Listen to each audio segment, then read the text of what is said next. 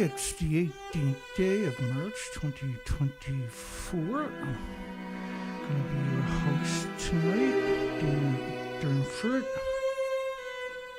Hope you're doing well. You can call in at 709-589-4406. We got a pretty good poll, I think, for everybody tonight. Oh my goodness, look like I made a spelling error. My goodness, wait, now I'll fix that. That's terrible. I hate spelling errors. Let's fix that and get that poll back up. My apologies. Normally my spelling is really good. I don't normally make those types of mistakes. It's okay, I'll fix it. My apologies, everybody. That was, I already voted. You'll have to vote again.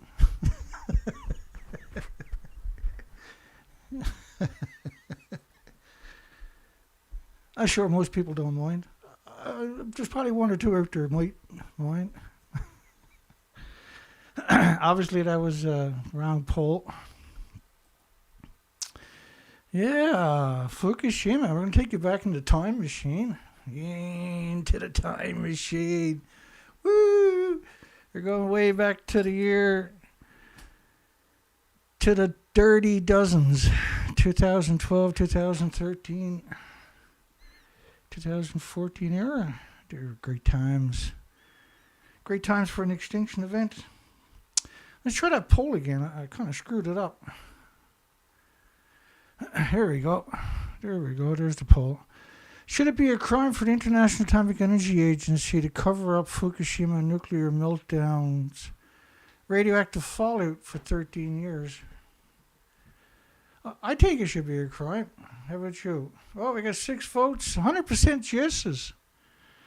That makes better sense. Because I had, obviously I put the wrong thing in there and we ended up with 79% said no. So that was because I had a grammar error, right? We fixed it. We're back on track here now. Everything is good. I'm pretty sure whoever was spamming us is not very happy, but there was no grammar area, okay? It was just somebody had spammed us like they did last night before the show even started. So if they want to spam me, they got to go open up 50 ghost accounts again. You need a telephone number for each one of those accounts, I think, don't you? Anyway, let's get after it. Hope everybody's doing well. We got a good show tonight, amazing show, actually. TEPCO admits Unit 3 had a total melt-through. Didn't show you the explosion in the background. Does that look like a melt-through, a meltdown, melt-through, or does it look like a detonation? I'm confused. It can only be one or the other. It can't be both. It can't melt through. And so a melt through is where it heats up to very high temperatures and it melts through the steel like butter and goes on down into the ground, right? But clearly that ejected the reactor core and the fuel pool right out of the building. The media, what are you going to do with them? TEPCO has admitted that the fuel of Unit 3 is a complete melt through. That's where 100% of the fuel melts and drops into the containment vessel. I don't think anything dropped into the containment vessel. Well, it might have, but the containment vessel went up about 1.5 miles in the air, so.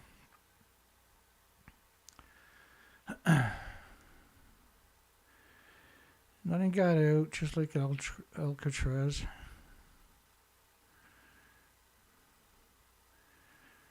You're afraid to call me because you're scared? A nuke zero? Okay. The TEPCO has admitted that the fuel at Unit 3 had a complete melt-through. That's where 100% of the fuel melts and drops through the containment vessel. Let's have a look at Unit 3, I suppose. That's the best way to tell.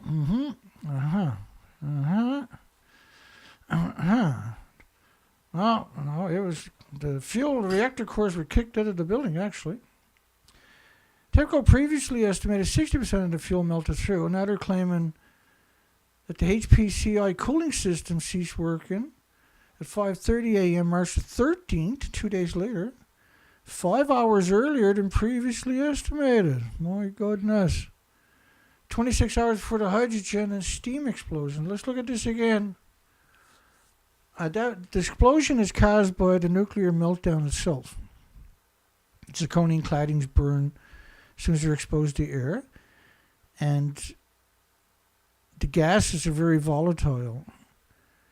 And so once it displaces the oxygen, if you introduce oxygen back in, it'll detonate. And or a spark, right? But because it'll create a fire, it'll burn at around 1800 degrees eventually, then it'll create its own spark, regardless, right? So is this a 19-story building we're looking at, or is it just a stump? If it's just a stump, then there's no reactor cores or fuel pools. In fact, look at the video. This wasn't a steam explosion. Like, you can make the case, but we're talking about nuclear meltdowns, so let's be realistic. How about that? Here's the explosion. And now this is slow motion, but this is the explosion. Should be a crime for the International Atomic Energy Agency to cover up the Fukushima nuclear meltdowns, radioactive fallout. So that was the fuel pool in the reactor core falling down to Earth. Let's watch that again. That's pretty. Look at that. That's the fuel pool in the reactor core zipping down. And you see all of this stuff, that's the fuel pools, atomizing aerosol. And so they put out a call for nuclear science. Well, I'm sorry. They put out a call for those 60 and older should prepare to die at Fukushima. Obviously, they're not talking about nuclear scientists. How many nuclear scientists volunteered, I wonder? So 60 and older should be prepared to die. Do you think they're talking about nuclear academics? Retired professors, retired alumni? Or do you think they're talking about the homeless and the destitute and everybody else they can get their hands on? Tokyo Vice Governor suggested a Fukushima draft, not of the nuclear students or universities or companies, but of the plebes like me and you. This industry has got to go, because if it doesn't go, everything else has to go. Panel urges new water responses at Fukushima Daiichi. Panel. It's interesting because they never tell you who's on the panel. It's 13 years of this routine.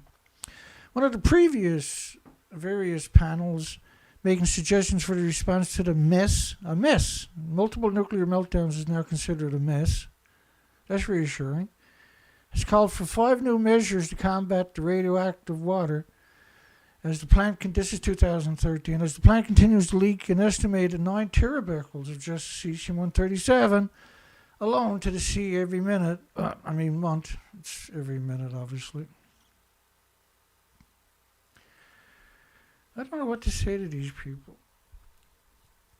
We live in denial, and denial is going to get you in a whole bunch of trouble. I shortened up the little video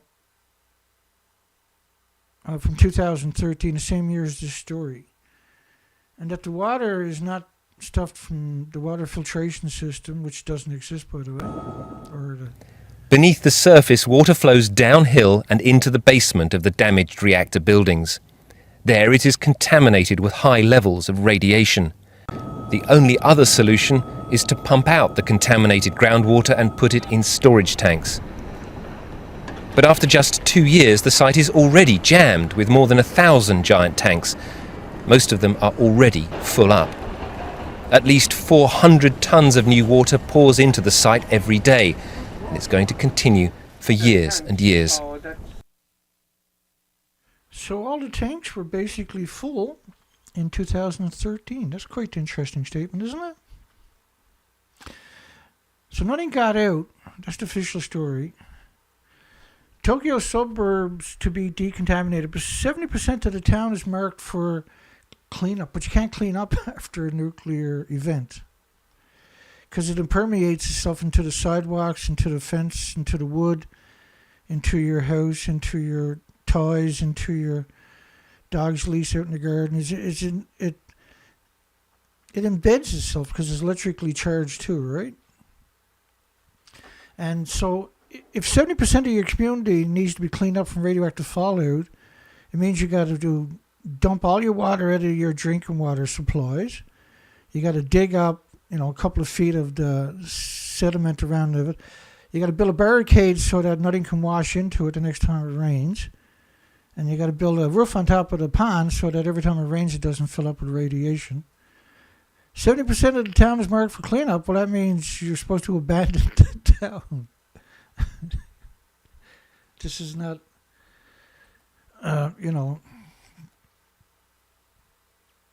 Torai City, a suburb of Tokyo, where there's 36 million people, was declared in need of decontamination after 70% of the city was found to potentially be contaminated above the allowable levels. There is no safe levels, and the allowable levels are what you're stupid enough to put up with.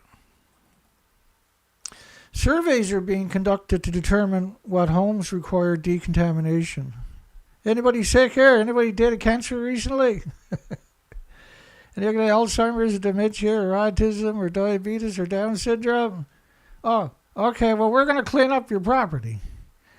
Hotspots were found around Chiba, which is 20 kilometers away. With hotspots. We're talking about hotspots. Honey, don't walk past that spot over there. There's a deadly dose. Also considered to be a suburban part of Tokyo, Chiba. It was 450,000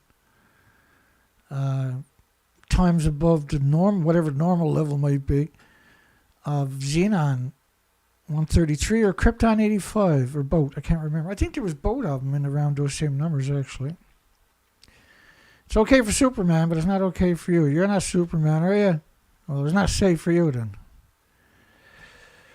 Prime Minister Shinzo Abe, who, thank goodness, got assassinated, and other government officials have insisted Tokyo is not contaminated at all. No, not at all. I'm totally safe. Totally safe. What's all? Tokyo safe. As they promoted the Olympics bids. What a stupid that turned out to be, eh? It has never done and will never do any damage to Tokyo, Shinzo Abe said. It poses no problem. There's no problem. Also. Shinzo Abe. Well, Shinzo Abe's no problem anymore. We know that much. He's pushing daisies, thank goodness. Tokyo professor, radionuclides are being released continuously into the ocean from the Fukushima plant. That doesn't sound like it got under control. Tokyo. At 276,000 becquerels a kilogram of radioactive cesium from soil samples near Tokyo and Kashiwa, almost 18 million becquerels a square meter. What's the math on that again? I forget. Let me do the math for you.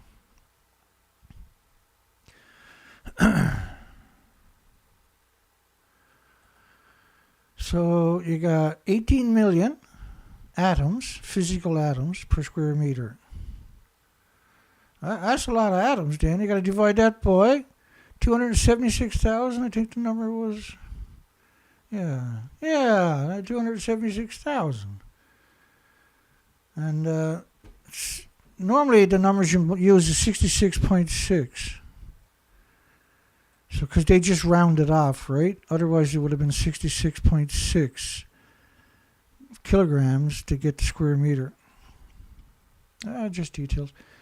There are no health-related problems until now, nor will there be in the future. I make that statement to you in the most emphatic and unequivocal way.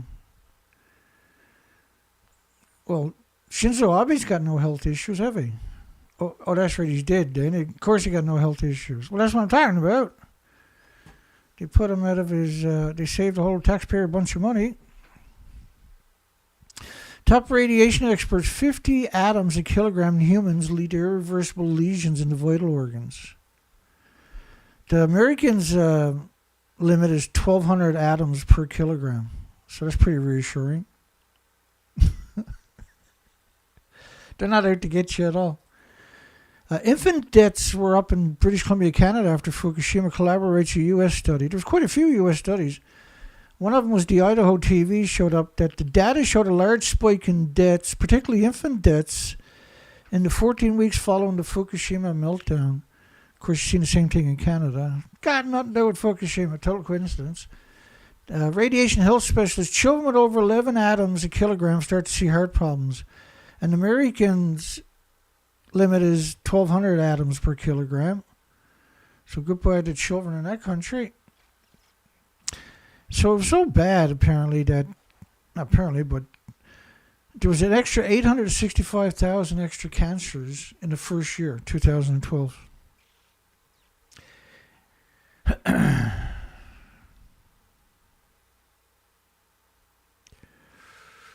You can call in, folks, 709-589-4406. 709-589-4406. It's a magic ding-dong. I think I might have the kinks out of the patch cord. I got to wait for the phone call, and then I got to answer it, and I got to plug you in. Then you should be live instead of coming through the microphone.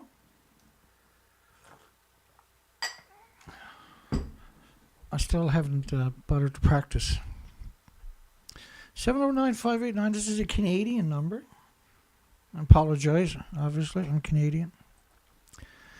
James Colbert, he's the founder of Fukushima Updates, and he sold it to the reconstruction agency in Fukushima.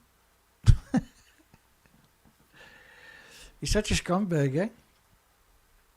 And he was out, there were so many videos for a number of years, we kicked the shit out of him regularly. He's the industry, right? He's part of the industry. He's for sale to the best bidders. And he was chastising, I remember this one video, he was chastising people for taking donations. If you take donations, according to James Colbert, then you're a bad person, right? But because I pay attention to James, there was some rather interesting stuff about it. So I put together a little video. Let's play that video. Basically, the people, I think, who are making the extinction level die off, everything's going to hell in a handbasket type of claims, have greatly exaggerated a lot of this and have used a lot of faulty information in the past and never retracted their claims. So I think there's a lot of fear-mongering that goes on, and why not? It's ka-ching, ka-ching, because I am doing this full-time for a living out of the good support of the people out there who make it possible, and that is something, that is an accomplishment of some sort, and I want to help give people a perspective and understanding of how I came to do that. It's ka-ching, ka-ching, because obviously people who are seeking out alternative media love to hear some of the fear porn and doom and gloom. Does the technology even exist to do it? No, it does not. It absolutely does not. A lot of fear-mongering that goes on that I posted up on Fukushima Update as well. Top nuclear experts, technology doesn't yet exist to clean up Fukushima. A great video that really puts it into perspective is called Fukushima West Coast Impact. It's by Goddard's Journal, and it has links to a couple of dozen different studies that have been done, and basically talking about dosages and how much has been detected and how much is likely to do damage. Puts it into perspective. Fortunately, in our bodies, potassium homeostasis keeps potassium radioactivity at a constant level. So eating more does not increase our internal dose. The impact of Fukushima on the radiation dose for West Coast seafood consumers will be so infinitesimal that natural sources will deliver at least 99% of the dose. Another way to look at this is that if you got cancer from the radioactivity in West Coast seafood contaminated with Fukushima fallout, 99% chance that cancer was caused by naturally occurring radionuclides. It's so infinitesimal it's meaningless.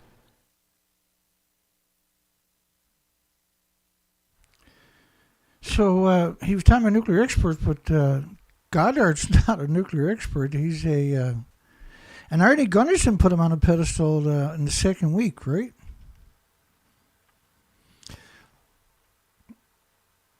In the second week, if you want to call in, you got to put 1 in front of that 709 number. I apologize, I didn't do that.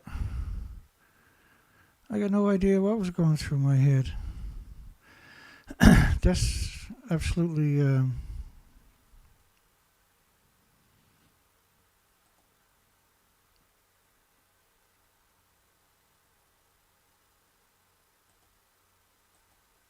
I don't know. I can't imagine what I was thinking. Let me fix that for you. We have the technology. That's right, 1-709-589-4406. If you want to call in. It's a Canadian number. My apologies. So, James Colbert, he allowed all the scumbags to post that Fukushima update on top of that. All the usual suspects were posting over there. So Colbert, here he was chastising anybody that was talking about Fukushima in a realistic way. And we were supplying the documentation, right? Now the video that he was talking about, Goddard's video, where's it to that? Goddard video, that was basically attacking me. That video he's talking about. But here was James taking donations himself. And why not? It's ka-ching, ka-ching, because I am doing this full-time for a living out of the good support of the people out there who make it possible, and that is something. That is an accomplishment of some sort, and I want to help give people a perspective and understanding of how I came to do that. It's ka-ching, ka-ching. 1 second for me now. We'll get you up to plug in. I'm almost ready. Okay, give her a try. I don't hear you. Son of a gun, eh? Hello, Dana. Yeah, you're not coming through on the microphone for some reason. I got no idea yeah, we got you. Your name is Lee. You never called in before. Yes, my name is Lee. It's Nuke Zero Online.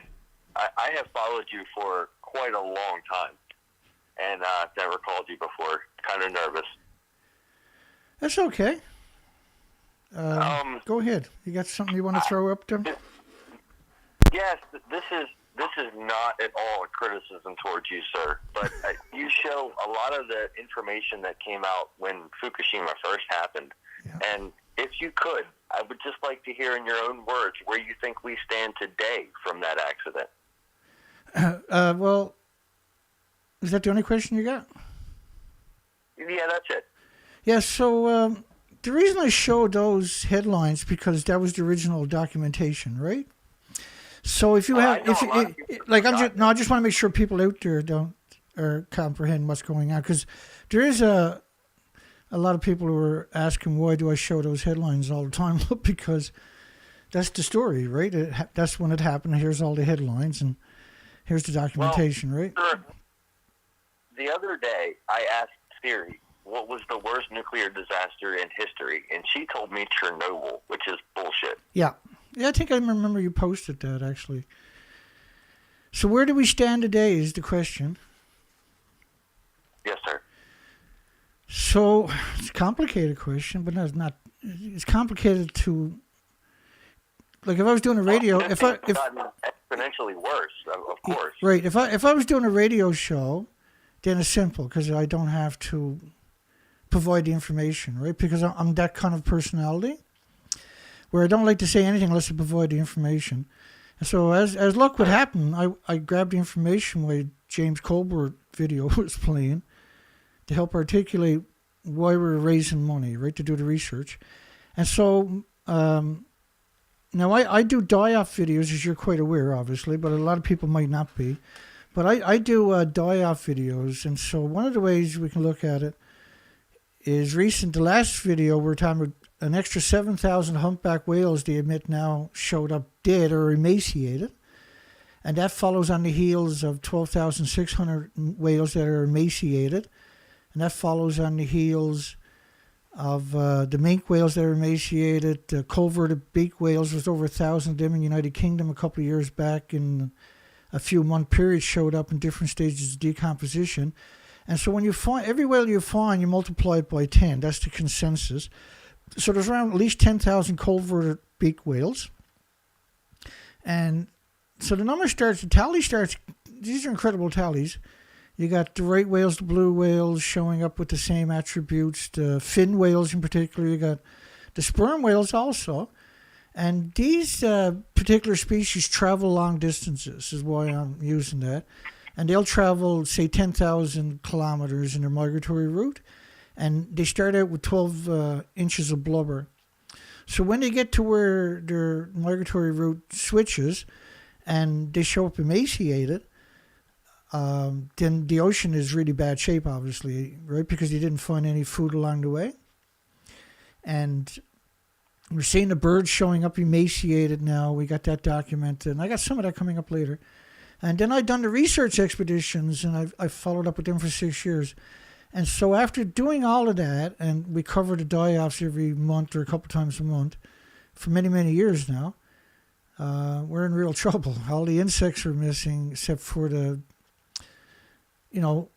some insects are like, mosquitoes they feed a lot of species. They feed little birds, the nestlings, the hatchlings. They feed frogs and trout and salmon. They feed dragonflies. And so that kind of species, when you start knocking all the predators out of the way, that might proliferate. That might show up. Wow, a lot of mosquitoes this year. You see those connotations, right?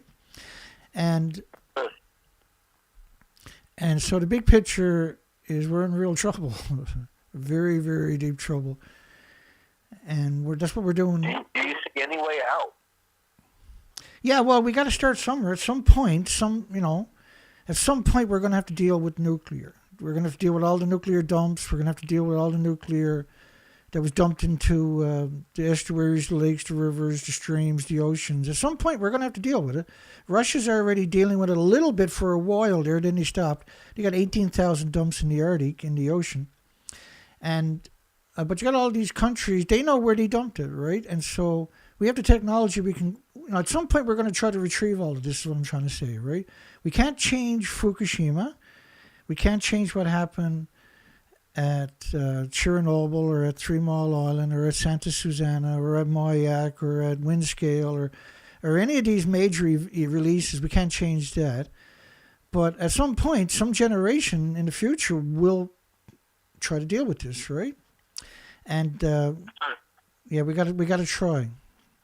But we're in real trouble. Yeah, we're in an extinction level event, and the globalists have seen this. They understand it. They're very aware of it, and so they're going to try to get rid of a couple of billion, or maybe even 7 billion of us by the looks of it. That seems to be the consensus of the World Economic Forum and the globalists themselves. They're laudering. It's okay to get rid of us. We can't sustain, but we can't sustain. The only reason that the planet is not sustaining the population is because of what the nuclear industry basically has done. There are other pollutants, absolutely. I'm not denying that. There's, when the Environmental Protection Agency was created, I think it was 1978. They grandfathered in 60,000 plus chemicals with no environmental human impact studies, and so these are serious stuff. But the biggest issue is 80 years of radioactive fallout, all the nuclear emissions from all the bombs, because they suck up 1 million pounds or 1 million tons, ionize and radiate and atomize an aerosol that distribute that worldwide quite quickly. And we can trace the demise of the species back to the nuclear industry itself. The planet can do some magic stuff, right? It's a big planet. But it's going to take thousands of years probably for the planet to regenerate itself, if at all. I don't know. Well, sir, I thank you very much for your time. I appreciate you taking my call. Okay, Lee. Yeah, good stuff. Thank you. Take care. Yeah, you're welcome. Bye-bye. I think I had the phone backward, Lee. I'm sorry if people didn't hear you. Okay, and so it works this way. Like, I went out and done the research for 6 years, and we're still doing research. We're on the East Coast currently. And this is very difficult stuff we're talking about. These research expeditions are not a game, right? This is hardcore. This is 4 to 5 months a year without coming home. And we had the information to quantify us going out there and doing the research, us being me, unfortunately. Now, I provide the information up at my website, thenuclearproctologist.org, And I every 50 or 100 pictures, there's going to be pictures of the GPS of where I was to. And so if I'm moving to a different island, because there's 27,000 islands, then I'm going to take GPSs a lot more. And then, because some days you might hit 7, 8, 9, 10 islands because they're small. And what you're doing is you're going into the tidal zone and you're looking for the species. And there should be 7,000 plus highly visible species. And I used to dive that coastline as a commercial diver, harvester, seafood harvester, in fact. And the species to your left, that's the species everybody's used to, and particularly me. And so the species to your left are actually exterminated. That's an extinction event. And we know this because we methodically used the whole coastline year after year after year after year, and the species didn't recover. And that's why we kept going back year after year to see if the species to your left recovered. And the pictures to your right are my pictures. And the whole coastline was symmetrically loaded. No matter where you were to, this was a typical site. No matter where you went in British Columbia, this is what it looked like. It always looked like that until 2011. So in 2011, I launched the research expeditions. And so it's really bad. So there's 27,000 islands. This was a paradise. But if you shipwreck on the coastline, you'll actually starve to death. At the top of the high tide lines was around 30,000 insects, because this is a tropical rainforest coastline. And that's why the species you're looking at, let me do that again for you. So these species exist that way, that's all year long.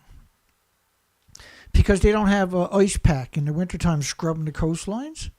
And so those species are the genetic superior selection, right? They fought their way to the prime zones, right? Now there's a 19-foot tide exchange, 19 to 20 odd foot tide exchange in a 5.5 hour window, right? And so every day that's exposed twice a day. So they're very vulnerable to environmental stresses. And if you went and plowed in a mile of this coastline, then the species on both sides and out deeper would just fill up the gap because it's considered prime real estate. That didn't happen. We went back for 5 more years, and the species didn't come back. And the only the only thing that all of these events, like we have supercell typhoons, supercell cyclones, supercell hurricanes, for instance, that we've never seen before, one right after another on top of that. During peak nuclear testing, we were seeing these types of storms a few times. And what it is you kill off the cycle of the ocean. The ocean doesn't regulate itself no more, and it starts to heat up. And then you end up with incredible... And so I used to say the coastline of British Columbia, and I used to talk about this a lot wherever I was, restaurants or on the airplanes, because some years I would fly enough back and forth to work. You can buy a brand new car every year with just the plane tickets I was spending. And because you were doing long trips to make up for those expenses, it was acceptable, right? But there was enough protein in the tidal zones at the coastline of British Columbia to nourish the entire planet, the 8 billion people, without damaging it sustainably. That's how dramatic it was. It was just amazing. It was amazing. And as a commercial diver, the money was fantastic. But just experiencing that every day, living in that environment, that ecosystem, working there for 6 hours a day on the ocean floor, was just pure magic. That was pure magic. And it wasn't unusual to have 100 fish hanging around you. And so when I'm picking the sea urchins, I'm only picking the 3-inch. I'm not picking the 1-inch, 2-inch, 3-inch, or 2.5, 2 3/4, 3.5, 4, 5, 6, 7, 8, 9, 10-inch urchins. You're just picking the 3-inch urchin. And the prawns and the shrimps live in the spines. That's where they hang out. That's their nice safe zone. No fish is going to dart in because they're going to get stabbed by those poisonous urchin spines, right? And they have microbarbs. In fact, I've had surgery on my hand 5 times from these spines. And I've got them going right through the bone and out the other side. And so you do surgery on both sides, but you can't get it out of the bone. And so it wasn't unusual to have 100 fish hanging around, because when you're picking these urchins, you got all these crustaceans, these little invertebrates without the backbones, these shrimp and prawns and that would be exposed for a moment, and fish would dart in. And if you're working the same area for many days, these fish knew you. They hang out literally right on your shoulder. They work in tandem with you. They were feasting, and that was normal. That was normal. But when I went back and the coastline was stripped, it was stunning. It was terrifying, eh? But the only thing that we got, the culprit, is Fukushima, radioactive fallout. This is 19.5 days, 468 hours. And so when you see Fukushima radioactive fallout as global warming, it was the tipping point. It was the straw that broke the planet's back, because you got 80 years of these plumes, but Fukushima was a mega plume, multiple reactors, and each reactor had maybe 10 reactor cores, and the fuel pools, they're all gone too. So it was equal to about 4,000 Chernobyls in uranium plutonium and their byproducts. It's a great question. Thanks, Lee. Fukushima radiation exceeds Chernobyl evacuation levels across Japan. This is 2013, December the 2nd. And this is one of the models of the radio. Now, the official story today is nothing got out. When you look at the building, despite what you're looking at, the International Atomic Energy Agency guarantees us nothing got out. Absolutely nothing got out. But there's the International Atomic Energy Agency's maps from back in the day. So the official story is nothing got out of the building Reactor 4 and nothing got out of Reactor 3. So you know that's a lie. I know it's a lie, but that's the story. They're going to stick to it. And they have these different models they call of radiation. And the idea, this is the cesium-137 fallout of April 2011. I don't think we've seen this one before, have we? And so the dark purple is 10,000 to 100,000 becquerels a square meter. And when they're claiming there's only 10 of cesium and 0.1 to 1, this is simply not true. So when you look at the models, like the actual academic studies that hit North America, you're talking 220 million atoms of 129 per liter, for instance, right? These are absurd numbers we're talking about, by the way. 450,000 times of xenon-133 covering the United States and Canada was another study. There was a similar one for krypton-85. There was massive numbers for the iodine-131. And particles, these are hot. Each one of these are what considered hot. And they're lethal to your lungs and to your kidneys and your spleens and your pituitary, thyroid, adrenaline glands and stuff like that. These hot particles. Fish sampling, so there was huge numbers, so they're dishonest to suggest that it was just limited to the Fukushima area, so to speak. We've done entire presentations just on Tokyo. Tokyo is a disaster. Fish sampling shows widespread problems from nuclear disaster. TEPCO has released some recent fish testing results from their routine checks. Fish show as high as thousands of becquerels per kilogram. In fact, some fish in Minamisoma was 25,000 becquerels a kilogram to 38,000 becquerels a kilogram. And they're only counting cesium, gamma.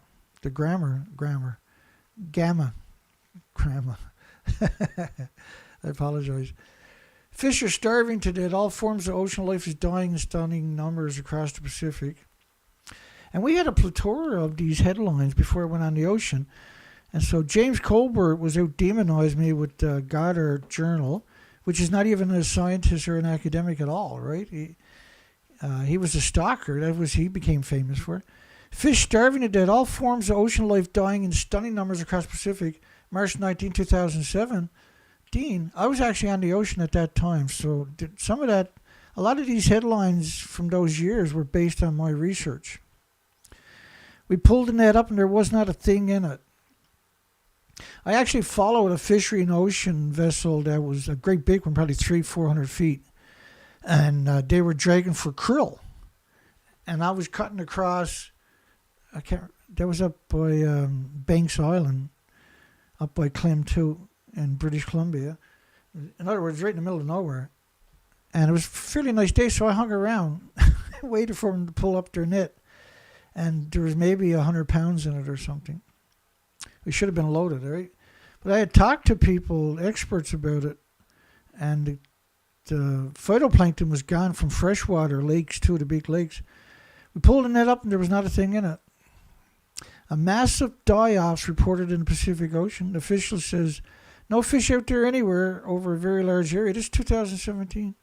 What's happening? Where's the food? A total failure in reproduction like nothing's ever observed before.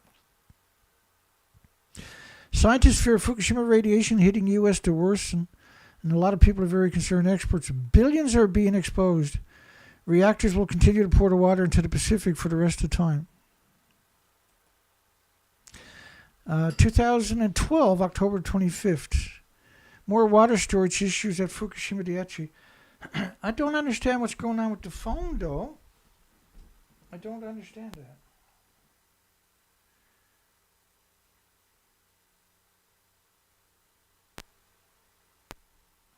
Or maybe I didn't have that button on.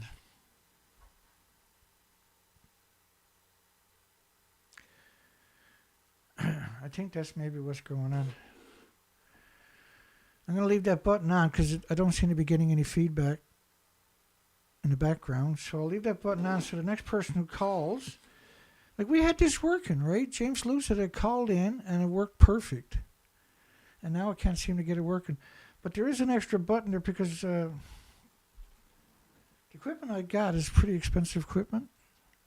And sometimes I make stupid, simple mistakes.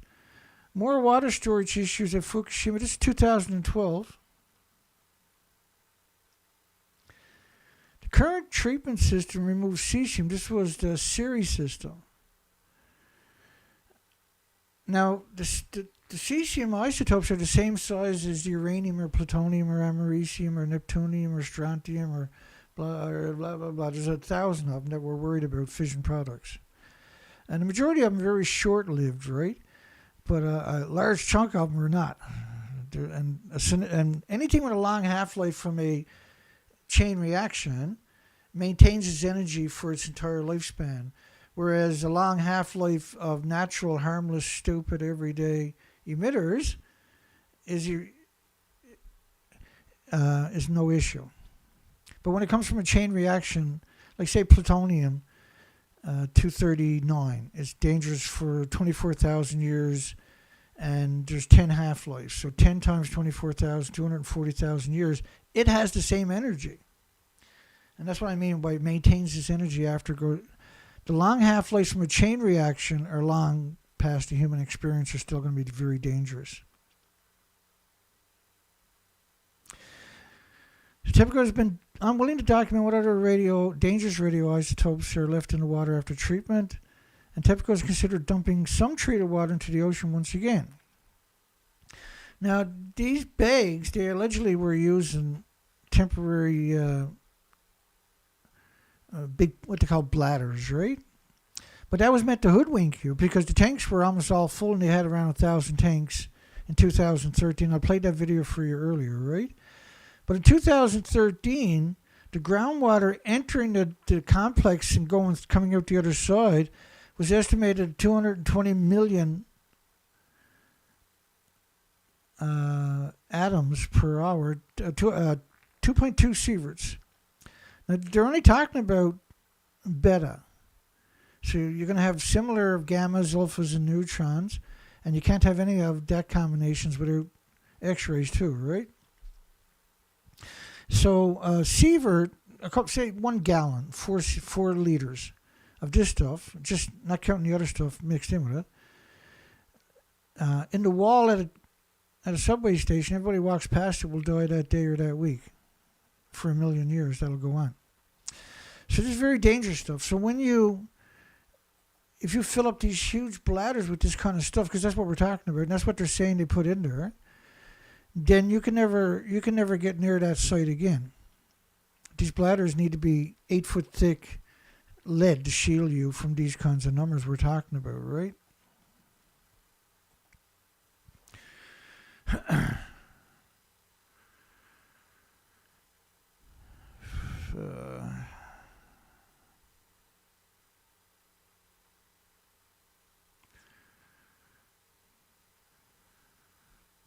Keep going here.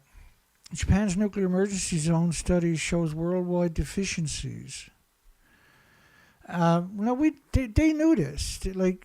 So after 3 Mile Island, there was a concession made because nuclear should have died right there, right? Because the action was much more severe than they acknowledged. And so the concession was that they were going to put sirens around all nuclear power plants in America. And so some of them have up to 160 sirens within 10 miles. But anybody who knows anything about dispersal knows that the wind doesn't just blow one direction. Right? The wind can change every quarter mile or something, right? And so the dispersal happens dramatically right away. And there is no way to avoid the plumes. So having an evacuation zone is not going to help you avoid the radiation. Shelter in place is the most dangerous and lethal thing you can do. And you still have to get out of there at some point. So you're in a nuclear wasteland, driving at a nuclear wasteland instead of driving ahead of a nuclear plume, right? What's the better option? Japan's new nuclear agency, because that was created post-Fukushima, the NRC, released serious radiation releases and plume path models. These are based on a 18-mile, 30-kilometer emergency evacuation zone to Japan's nuclear regulators now saying they won't make the standard.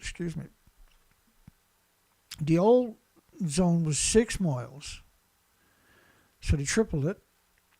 These models show that even a new 30-kilometer, 18-mile evacuation zone was insufficient, in many cases leaving those outside the evacuation zone exposed to high levels of radiation. Again, the radiation is not regulated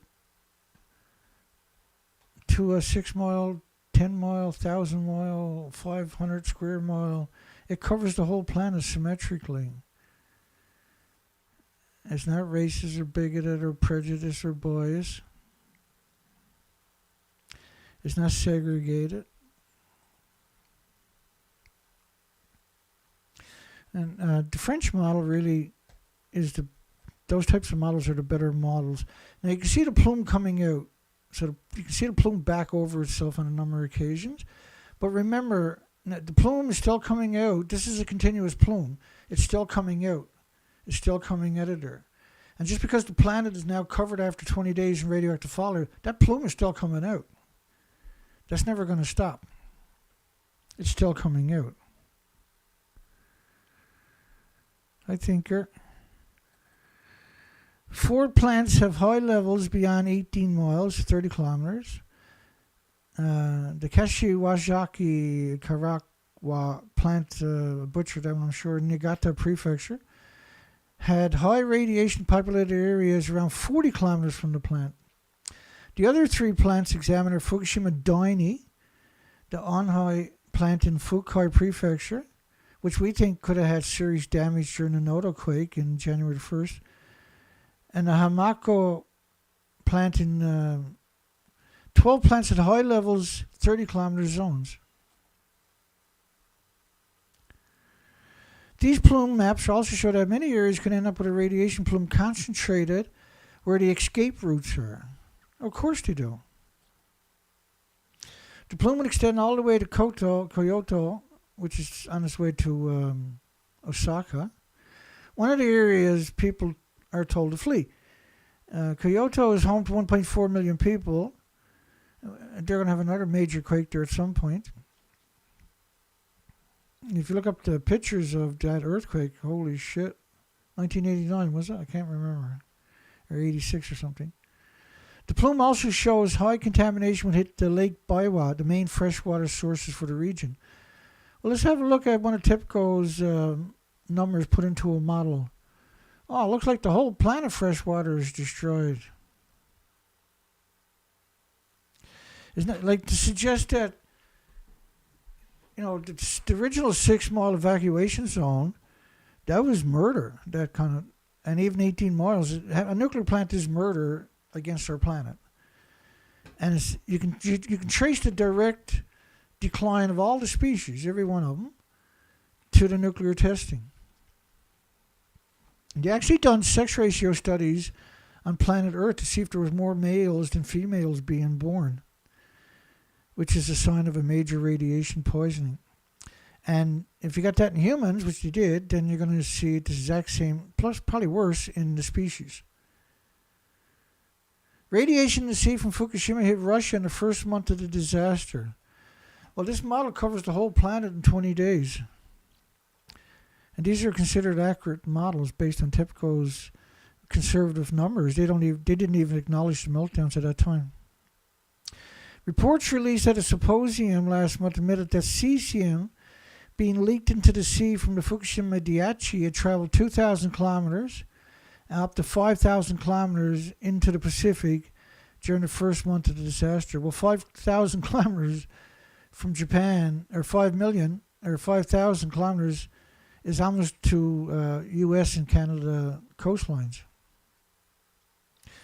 But it didn't need that. The airborne covered the planet in about 20 to 30 days. There's many different models, right, showing that. And studies, actual studies. With the currents in the Pacific, this raises questions about the contamination already reaching the waters of Canada and the U.S. Currently, no sea testing or seafood testing is planned in the United States, where officials closed the issue weeks after the disaster / multiple nuclear meltdowns and 8 fuel pools melting down. Disaster. Like, to call it a disaster and not give it the prominence that it deserves is pretty insane. Said there was no risk except for everything. Animals are starving as the food chain continues to collapse. Mass starvation event plagues the West Coast. I was out there doing research expeditions at that time, right? And this was an extinction event for sure. Influx of malnourished sea creatures. We're really starting to worry. The animals are starving to death. 2016. 100% death rates of baby seals on the California coast. 100% death rate. None survived. The ones they're seeing are starving. Suffering from a shortage of food. In other words, they're emaciated like all the whales. Extremely thin. All sorts of illnesses and infections and diseases and autoimmune deficiencies and injuries and illnesses. Milkless moms immediately abandoning the pups. And it's getting worse. This image shows the Pacific currents. Experts have already called into question the idea this will disperse into the ocean. Something initially claimed that TEPCO's dumped massive amount of radioactive water into the sea. So even back then, 2012, they were acknowledging TEPCO was dumping a massive amount of radiation water into the sea.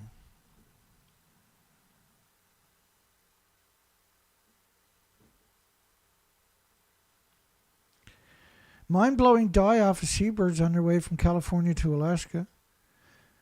The worst you've ever seen. Why are they dying? Every bird we're seeing is starving to death. Catastrophic molting, basically withering away due to unknown causes. Everybody's refused. You're not allowed to acknowledge Fukushima. It's not allowed to go into that equation, see? Countless dead birds reported in the Pacific off the U.S. coast. Nothing will eat the bodies. There are no seals present. Experts, the fish are not there. All of them are starving. Animals are acting weird, sick, and weak. Too weak to fly, too weak to run. And they seem to be starving. Record-breaking spikes in rescues. deformed, abnormal animals reported.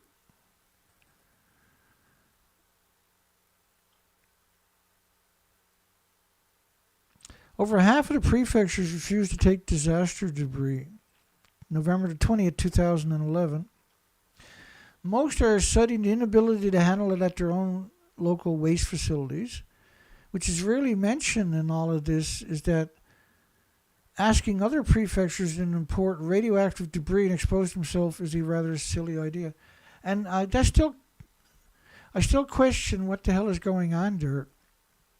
Why would you export it to all the prefectures and burn it in the incinerators, which is what they were doing, right? And we're talking about billion plus tons that we know about. Grinding it up, shipping it to other prefectures, and burning it in the local incinerators. And because you can't destroy radiation, you're just going to liberate it into the community, which is absurd. The whole bloody thing is absurd. Japan must be the only place in the world with several million becquerels, several million atoms of radioactive isotopes in urban areas, and incomparable highly radioactive blue algae on the school routes. Radioactive TEPCO, radioactive substances from Fukushima belong to the landowners, not us.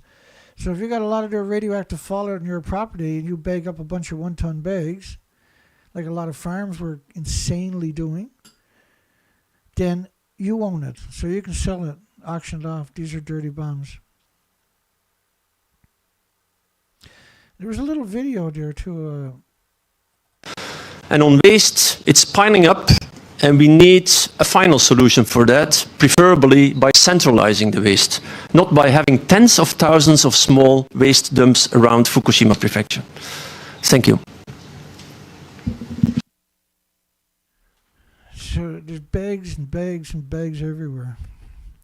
But that was just a distraction until you stopped looking. Now they're growing food in that soil. IAEA gives little insight to Fukushima disaster cleanup. April 24, 2013. These are always the strangest stories, eh? But they're awesome. And now, I never covered any of this on my site, these stories. So this is great stuff tonight. Really great stuff. International Atomic Energy Agency gives up little insight to Fukushima disaster cleanup. The IAEA, the degenerate International Atomic Energy Agency, visited Fukushima Daiichi site. Yeah, right. In 2013, I doubt it. Lethal doses are everywhere. After multiple failures ended up in the news, they made very few comments from the trip and reaffirmed they think TEPCO can handle the disaster. In other words, they didn't go there, right? What they did mention is technology still needs to be created to deal with the task of removing the melted fuel. Well, why? We've had meltdowns for 80 years. How come you haven't created anything? And if you haven't created anything in 80 years, how come? Problems and failures at the plant will continue to be an issue. Of course, they changed their tune now, 2024. Nothing happened. Everything is great. Have a nice day. Contaminated water is expected to seep outside the plant after decades. So here's the International Atomic Energy Agency saying that the water won't get outside the plant for decades. And the government is still intent on sending everyone back to the area as soon as possible. Within months, they were trying to ship people back. And they did succeed, and some people were coerced or gullible or incompetent enough that they went back. Japan radiation experts' results show contamination spread all over the country. Bloomberg, Fukushima leaks won't seep beyond the plant for decades, the International Atomic Energy Agency says. April 22nd, 2013. But the buildings blew up. How can you keep it in? How's that work? Now, I played the video before of 2013. This is 2013, where they can't contain it. They acknowledge it. TEPCO acknowledges. Everybody else, BBC acknowledged it. Fukushima leaks won't seep beyond the plant for decades, the International Atomic Energy Agency says. But this picture, anytime you're ready, picture. Hello, picture. So this is the original picture. Everybody's seen this picture on, say, day 5, basically. which meant there was no containments, no nuclear reactors, and no fuel pools. So everything was loose into the environment. So the International Atomic Energy Agency, right from the get-go, had cut your throat and thrown 8 million species and humanity under the bus. Radioactive water leaks, calling these things leaks, so dishonest, eh? Radioactive water leaks at the Fukushima atomic station won't seep beyond the plant for decades, the International Atomic Energy Agency said, citing data provided by the operator Tokyo Electric Power Company. So this is not a regulatory agency that acts and responds that way, right? No, they're the pro-nuclear. That's who they're United Nations. They don't have any sovereignty over anybody's country. So they're saying nothing got into these two buildings whatsoever. Oh, okay. That's interesting. The buildings don't even exist anymore. The estimate is based on the properties of the soil and other factors. Who directed the International Atomic Energy Agency, Juan Carlos. I didn't think any Japanese had that name. Who directed the International Atomic Energy Agency's nuclear fuel cycle and waste technology division. So here you got a maniac in charge of the nuclear fuel cycle and waste technology division is an actual monster. So how much damage do you think he done everywhere else if he's willing to do that there? He said at a press conference, no less. The media was like, oh, yeah, okay, thank you. We'll get it out there right away to everybody. He didn't give details, nor did he say if the International Atomic Energy Agency ran its own seepage tests. Seepage test at the... Does that look like a seepage problem right there? You're talking about a country where there was 105,000 sites with a total of over 30 million one-ton bags. Playing past the parcel with Fukushima, that's 2016. They never stopped picking up bags, by the way, in 2016 or nowhere near it. So officials at the Ministry of Environment have set up to 30 million one-ton bags of radioactive waste will eventually be moved to yet another third-level interim storage facility near the crippled Daiichi plant, which was Okuma, right? The bags deteriorate after 3 years, meaning the waste is to be repackaged regularly. So you're talking about 30 million one-ton bags in 2016. And listen, they're so insane, they're actually growing food right alongside of one-ton bags of radiation. If that doesn't frighten the shit out of you, there's something wrong with you.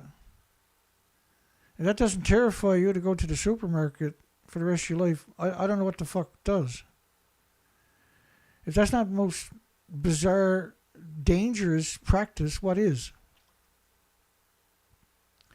Why are you growing food? And this is right alongside the nuclear meltdowns ongoing in an abandoned community, right alongside of one-ton bags of radiation. Like there's an evil going on that's hard to comprehend for the average person. This is evil and unmitigated evil is what we're talking about. And if you think you're immune to this, then you're wrong. But just to show you the power the International Atomic Energy Agency has, right? So 1, 2, 3, 4 headlines. All the exact same headlines, 5, 6, 7, 8, 9, 10, 11, 12, 16, 20, 24, 28, 32, 36 headlines. Let's see, 32 headlines, all the same, from all the major media telling the same lie. That's pretty powerful, right? Imagine if I had all these media telling my story. IAEA chief reassures the residents that everything is okay. He was there to pick up a $20 million check, right? That's what he came there for. Contaminated rice piles up. This is even crazier. The veggies from the evacuation zone and over-limit towns reopen. It's 2013. The nuclear meltdown is still in full swing. Officials have lifted the farming ban from Tamura, an area that has been part of the evacuation zone. So within 2 years, an evacuation zone, they removed the restrictions. At least 2 farmers are planning on planting a crop. This is April 25th, 2013. This is insane stories we got here tonight. This stuff is insane. This is insane what we're talking about. The radiation levels at Tamura are lower than Koriyama, which is 340,000 people or something. And the numbers there we covered quite regularly are insane. And Fukushima City. But they're still significant. The radiation levels in Tamura are lower than Koriyama and Fukushima City. Well, that's a relief. Not. It is also known and admitted by Mick that the radiation stations read below the actual radiation levels in many locations due to the efforts to decontaminate around the monitors or by placing on top of buildings. Well, gamma, for instance, will shine 600 feet. That statement is insane because that means it'll shine right through your house, through your neighbor's house, through his neighbor's house, and then radiate your loved ones, your children in that house.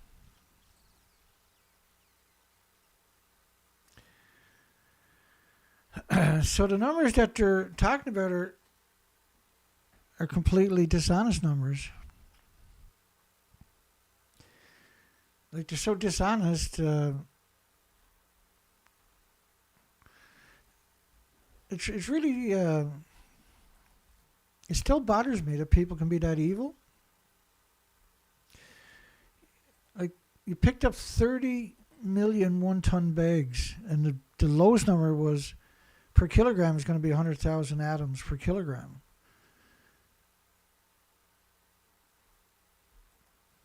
The government standards for reopening the zones that level has to be under 20 millisieverts a year. This is a new. It used to be 1 millisievert after an accident. But what they're doing, and they've done now for 80 years and got away with it successfully, is conflated harmless, stupid, everyday, natural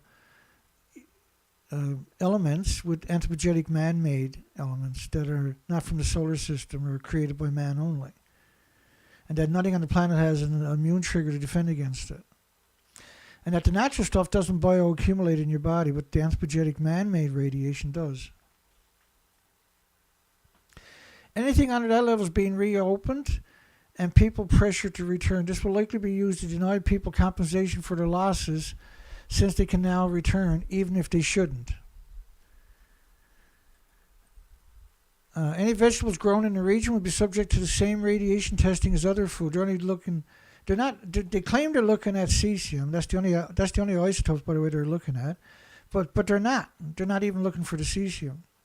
Anything below 100 atoms per kilogram is allowed on the market with no distinction between something of 0 atoms per kilogram and something at 99 atoms per kilogram. So as long as it's under 99, it can go to the market. But they're only looking at gamma, and they're not even looking at it. They're only looking at cesium, they say. Well, they are looking at cesium, but they don't say only cesium. But we know because we've been at this a long time, right? So 20 that's 20,000 microsieverts a year. So multiply that by 750 atoms. I'll do the number really quick for you, maybe. What was the number? Yeah, 20,000 microsieverts.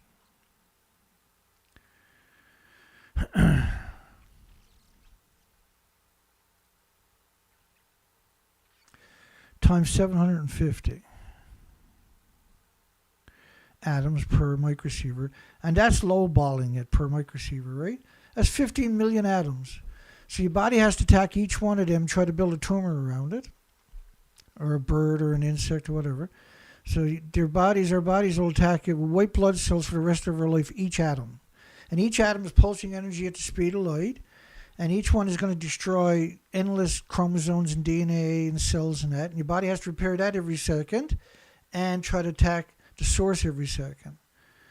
So, like, the bioaccumulation, now you're outside, you're being pounded with gamma shines, X-rays, neutron bombardments, beta rays. It's a terrible combination, right? Terrible combination. Should it be a crime for the International Atomic Energy Agency to cover up Fukushima nuclear meltdowns, radioactive fallout? And we only got one down vote. We got spammed last night. We got spammed tonight, right? Let me see if I can find it. I'll bring it up for you. So before the show started, they had spammed it the living shit. Oh, it might be there. Here it is.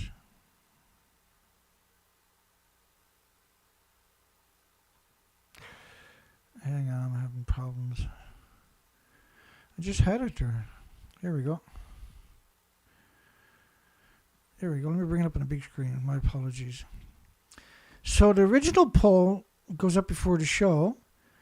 And should it be the same story? Should it be a crime for International Atomic Energy Agency to cover up Fukushima nuclear meltdowns, radioactive fallout for 13 years?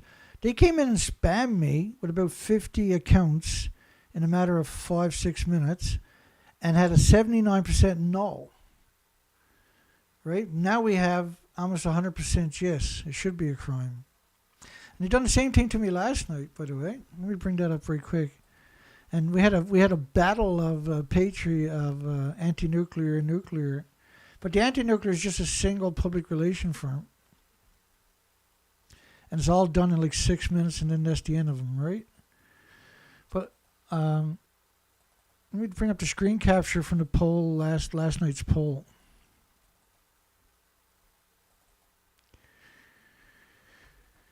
So last night, would the Japan and International Atomic Energy Agency supervillains, which is what the International Atomic Energy Agency actually is, supervillains, cover up the earthquake damage at Fukushima nuclear meltdown site again? And they came in, as the show started, they came in and spammed us significantly, right? And so almost at the end of the show, we had 108 votes. I think that's the most votes we've ever had on a poll. And just in the first 6 or 7 minutes, it was 80-something% was a no vote. And it's like, it's pretty pathetic because I don't really get any views or viewers on my shows. Why go through that kind of drama, right? Why do that? Like you can see right now, I got 26 viewers. I got 32 likes. But last night I had 108 votes on the poll, but I only had 40 thumbs up when the show was over. I'm pretty burnt out. I can't get any rest at all. I'm just worn out. I just needed to come to a stop for a couple of days. My brain, right? And I can't get a break. I've been burnt out for years, and the last month or so, I'm just ran into the ground, and I can't seem to get a break where I can just come to a stop. And I deserve that anyway. The nuclear industry has made sure my life will never be normal. Why should I get a break in life? Should it be a crime for the International Atomic Energy Agency to cover up the Fukushima nuclear meltdown's radioactive fallout? Oh, somebody accidentally voted no. Oh, that's okay. That's an accident, obviously. Surely nobody would vote no on purpose. All the rice pulled off the market since the start of the disaster has been piling up in warehouses. Like, actually what they're doing is they were mixing it. They were giving the farmers shitty Geiger counters from the degenerate piece of shit Safecast. And they told the farmers who don't know what they're doing that if the numbers are over, at this time it was 500 atoms per kilogram. Their original numbers were, right? Because like Europe and America raised their limits at the same time as Japan did after the nuclear meltdowns. So the Europe and America was around 1,200 atoms per kilogram, and Japan was 500. And he said, well, we're less than half of the Americans, half of the EU. But they all raised their limits at the same time. So before that, the limit was like 100 becquerels for America. They raised it to 1,200 atoms. And Hillary Clinton was widely quoted in... all the rice pulled off the market since the start of the disaster was piling up in warehouses. That's simply not true. There's a lot there, but not all of it, not near it.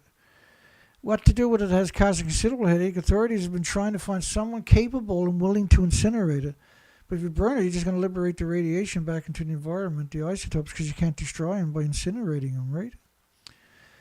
They did find one private incineration facility willing to burn the rice.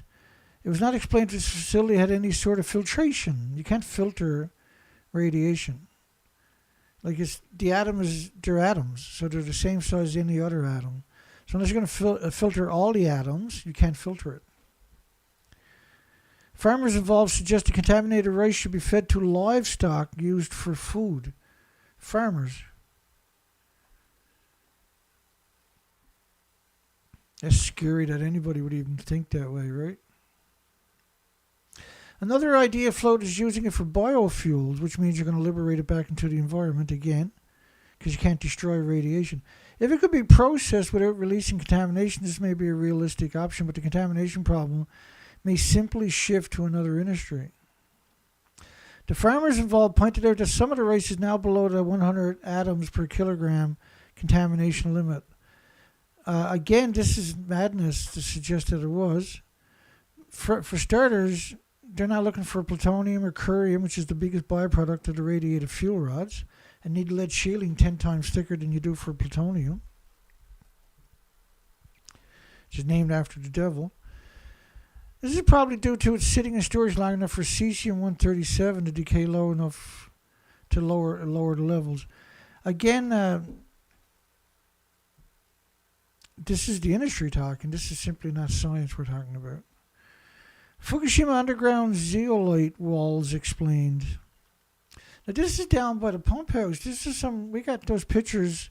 That picture there comes from the original 1900 pictures released by TEPCO. I actually done 6 videos on those pictures in a series over 1 week. I should do that again, shouldn't I? TEPCO and a team of contractors that worked on the underground zeolite walls have released more details about the validation process for the project. Like, there's no one working underground. There is no zeolite walls underground, okay? This is just propaganda from the nuclear industry. There simply is not. A pairing of material was used in the underground bundles installed downstream from the leaking water tanks. This is 2014.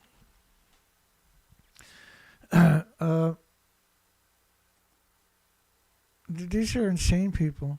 Was combined along with some crushed rocks to achieve what they think will be better filtration of Strontium-90 in the groundwater. So, but 2014. So originally, Strontium-90 doesn't peak for the first 1,000 days or so, 3 years basically, right? But then the ratio is 100-to-1 for cesium-137. For every 137 cesium produced, there's 100 or 99 Strontium-90s, 100 Strontium-90s. It's 100-to-1 ratio after 3 years. It's still producing a prolific amount, and a prodigious amount originally. So the time I wanted the concoction they used at the West Valley nuclear site in New York, which was abandoned for how many decades? Another one used at the Hanford nuclear site as a groundwater filtration medium. Again, these are simply propaganda to get you to look over there instead of right at the problem. Hanford dumped 450 billion gallons directly into the soil. So it's hard for people to wrap their minds around. We've done the math on it. It's equal to an aquarium 6 feet wide of material that's gone through a chain reaction we're talking about.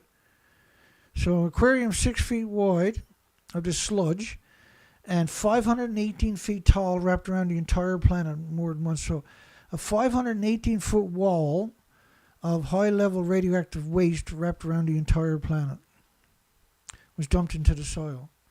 So putting a few bags of zeolite or sub stuff like that is not going to filter. The industry is just disgusting. And the material, he said, is expected to work for 10 years before it needs to be replaced based on lab tests.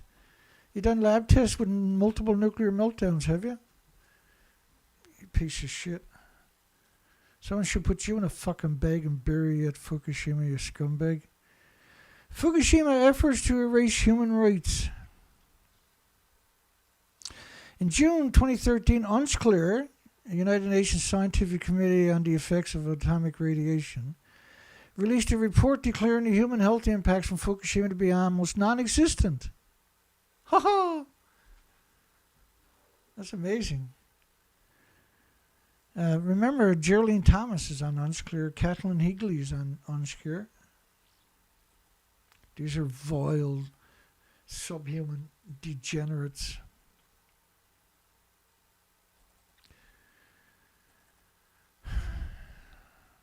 I wish more people would do what I'm doing. I really do. And nuclear is the most carcinogenic thing that exists. The media dutifully repeated UNSCEAR's claim without analysts. The UNSCEAR report was riddled with careful worded phrases to water down or ignore the actual risk to individuals exposed after the disaster.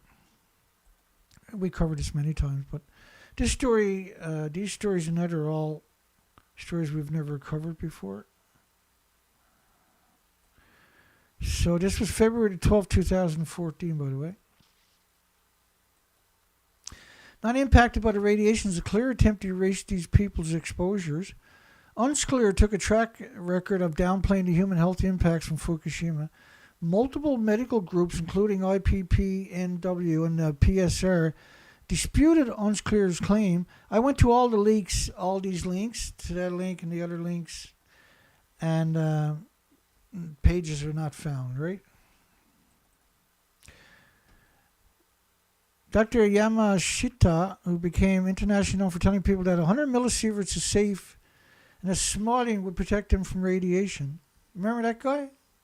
He was in charge of the victims in Fukushima Prefecture. He was the doctor. Admitted in 2013 that it was completely wrong about his device of smothering would protect you from radiation.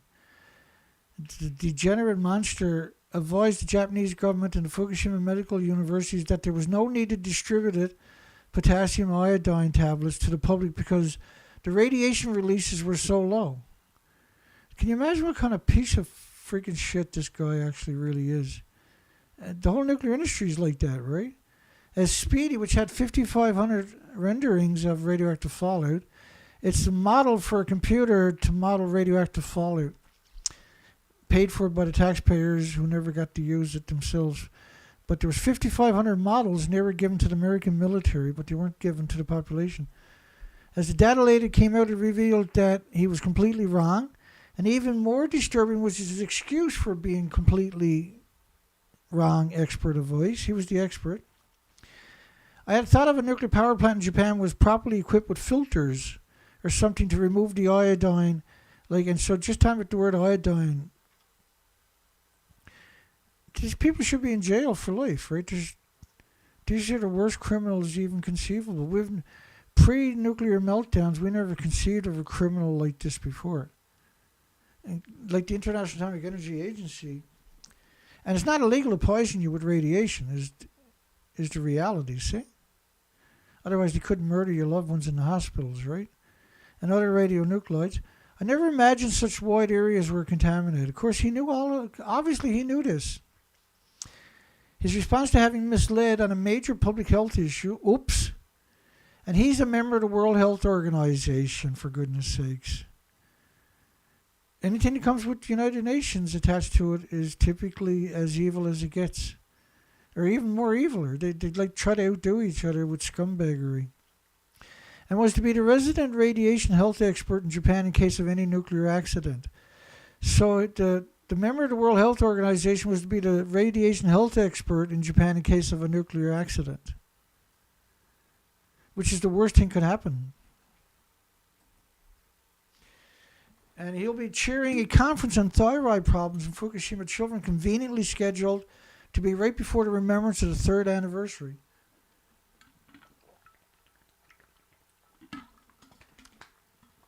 Oh, excuse me, my apologies. So that's some tidbits you probably never heard about, right?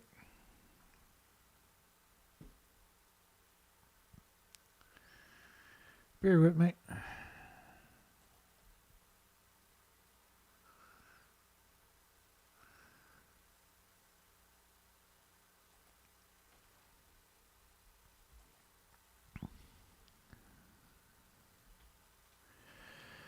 It's hard to imagine that people like it exist until you learn about nuclear, and then it's like a constant barrage of monsters.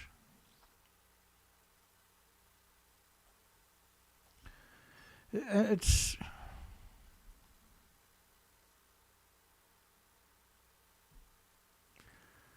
heartbreaking in many ways. Just bear with me. I'm trying to find. Sometimes for me, because I got so much, it's a hit and miss.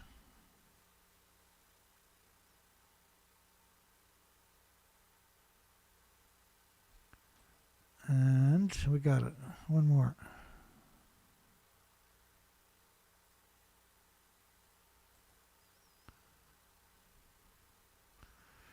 There we go. Let's try this. So these are 2013. This one. Thyroid abnormalities, 55% of the Fukushima girls tested at age 11 to 15. And girls are 4 times more vulnerable than men, boys. So 35.8% of Fukushima children have thyroid tumors of 2 centimeters. And the typical thyroid is 3 by 5 centimeters, but a child's thyroid is much smaller. So a 2 centimeter thyroid, or 2 centimeter tumor, is massive on a child. And so 13,646 out of 40,000, 38,000, when it used to be 1 to 2 per million. So, which means it's 358,000 out of a million when you scale it up. With tumors the same size as their thyroid. And your thyroid makes the hormones for your bodies. And without the thyroid making proper hormones, then your whole body goes into madness, right? And girls are 4 times more vulnerable. It's very important to protect the female species of all species rather on the planet, not just humans, from this despicable, disgusting, genocidal, omnicidal industry known as nuclear power. Children's health problems increasing, incurable stomach aches, chest pains, nosebleeds that don't stop, diarrhea that doesn't go away. Columbia medical professor inhaling just one radioactive hot particle, one hot particle. And like Canada had 20 million particles per liter of iodine-131. So just one of these particles can cause a cancer or an illness or an autoimmune deficiency or an injury. And the International Atomic Energy Agency, the scum that they actually are, admitted there's no such thing as a safe level, but that their standards were based on natural stuff, not man-made. So their standards that they're using to permit huge doses in your hospitals in your community are based on natural and then conflated with man-made, see? It's evil on a level that most people can't even fathom. And it's just not tolerable. It's not tenable either. You know, we can't have a future and nuclear on our planet. We just simply can't exist together. No species can live in harmony with nuclear power, right? The conference is being organized by the Nuclear Energy Agency. The agency is loosely associated with the degenerate International Atomic Energy Agency. Fukushima Unit 4, 308 fuel assemblies removed, February 11, 2014.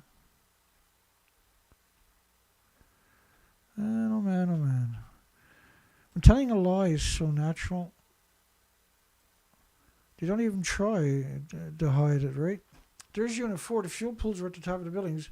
So how did they get any fuel assemblies from a fuel pool that doesn't even exist? Anybody? Anybody want to call in and explain that one to me? I don't have an actual answer for that one. 701-709-589-4406. And I might have to actually have the screaming demon working this time. How do you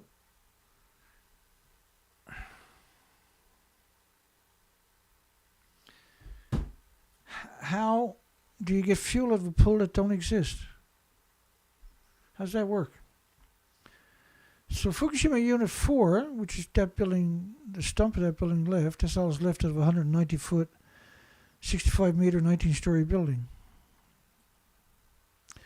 308 assemblies have been removed from the Unit 4 spent fuel pool, but how can you do that when it doesn't exist?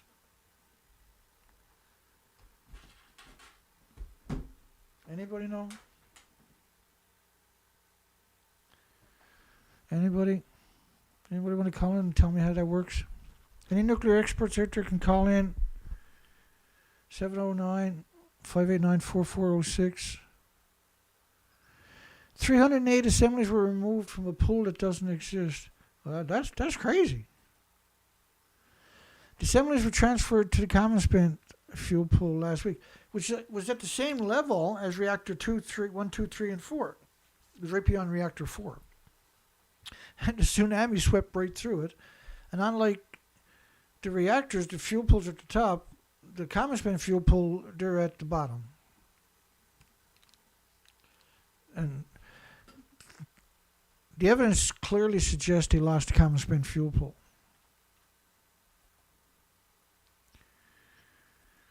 TEPCO omits withholding strontium 90 readings. This is February 11th, 2014. TEPCO has admitted they knew about the extremely high strontium 90 readings and the issues with their testing equipment back in July 2013, but did not make any of the information public. That was nice of them. The timing makes the issue even more suspect since the bid for the Olympics was being decided about the same time, and TEPCO knew of the record high 5 million atoms of strontium 90 per liter in July 2013. Right, because strontium peaked after about 1,000 days, but as it got closer to the 1,000 days, it was generating more and more strontium 90, and that'll go on for tens of thousands of days. Researchers find radiation hotspots off the coast near Fukushima, September 24, 2014. Hotspots off the coastline. Let me bring it up here because it's easier for people to read it later. Japan's nuclear regulator and a team of researchers completed a set of seafloor monitoring earlier this summer. They found that the area of the seafloor where there is more muddy soil is low spots tended to concentrate cesium-137. The cesium is assumed to have bonded to the mud particles, and that the research corridor was roughly up to 25 kilometers out to sea. The corridor.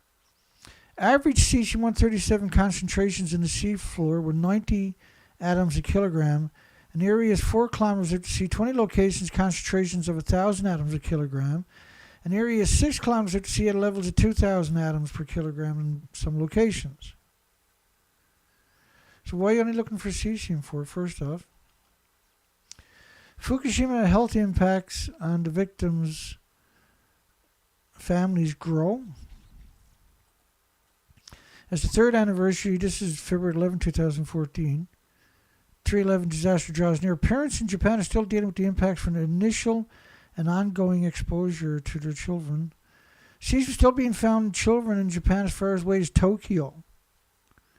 But Dana, the International Atomic Energy Agency, assures us nothing got out. I know, right? And the levels detected in the same range as many levels found in 2012 and 2011. And the risk factors exist far beyond the contamination areas in Fukushima. Children in Iwaki, Tokyo, Miyagi are still being found to have cesium in the urine in 2013 by 2 NGO non-governmental organization groups. Food is frequently implicated in the continuing findings. In many cases, parents have been able to reduce some of the cesium by changing the food that they're eating. Yeah, but it's not going to go away. It's not going to continue to rise if you change your food. Hopefully you found a clean source, but the damage is now done. It's permanent. Adding to the persistent problems parents have to face, the cesium-137, notice how that gets all the conversation? It's still being found in tap water because there's 1,000 other fission products you got to worry about at low levels in Japan. Low levels compared to what? Well, the levels are low. Water is is in everything and contributes a considerable amount to someone's daily intake of food, drink, showers, brushing your teeth, shaving, washing, cooking, doing your laundry. Tap water contamination was found as far away as Tokyo in the south, and Akita in the west. Far outside areas considered to be contaminated. Well, the whole country. We got numbers. Sometimes we'll do a video where we'll just march right across the whole country, and we'll show the numbers every 30, 40, 50 kilometers. It's incredible numbers. Way past Hiroshima. The daily life of many children in Fukushima include living in areas of significant contaminations. The video shows a park in Koriyama where children are seen playing on the trees-covered hill in the dirt. Levels in the high as like using microsievers is insane. And Koriyama is an area shown to be higher than voluntary evacuation zones in Chernobyl. It was about 160,000 atoms per kilogram or per square meter. It was the official numbers from UNSCEAR in 2012, right? But if you're only going to count cesium-137 and you're going to use that as the evidence, then you're a despicable piece of shit, because there's many other isotopes that are going to be in the same sample. If you don't include them, you're a worthless scumbag. 1 in 4 children impacted by the March 11, 2011 disaster, including those in areas were hit by the tsunami, are in need of mental health care. Again, they like to use this mental health, but there really is mental health. There's Alzheimer's, dementia. Right after nuclear accident, the studies are done on autism and Down syndrome, and even schizophrenia. There's many health issues from radiation poisoning, see? But they want to turn it into a fear-monger like the piece of shit James Colbert earlier. FDA's dual message shows lying to the public on Fukushima contaminated food. The FDA's mantra since 2011 to be concerned the public about Fukushima contamination of food supply has been, don't worry. They have declared no need to test the United States fish or imports. And what the FDA is telling the general public through the media and what is going on behind the scenes is quite different. The current U.S. intervention level is 1,200 atoms per kilogram. This is September the 30th, 2013, by the way. So that is 12 times the level used in Japan currently. But that number was created after Fukushima. So before that was around 100 atoms per kilogram, was considered a lot. They raised the level to 1,200 atoms after the nuclear meltdown so they can legally poison you. So they can legally import it, see? Hillary Clinton had a direct hand in that. 12 times the level used in Japan did, but the original number in Japan was 500 atoms per kilogram. But again, they're only acknowledging cesium. They're only acknowledging gamma. So there's a vast range between no radiation in your food and the US FDA interpretation of how much is too much. And the United States FDA has ceded their responsibilities to the Japanese government. This import alert found under the industry focus section of the FDA website explains how they're letting Japan decide what foods can or cannot get into U.S. food supply. So what the American government done was they let Japan check the food so they didn't have to check it themselves. Food not banned by Japan apparently have unrestricted entry and no testing by the FDA. Wrap your mind around that statement, folks. They let the monsters make the decisions.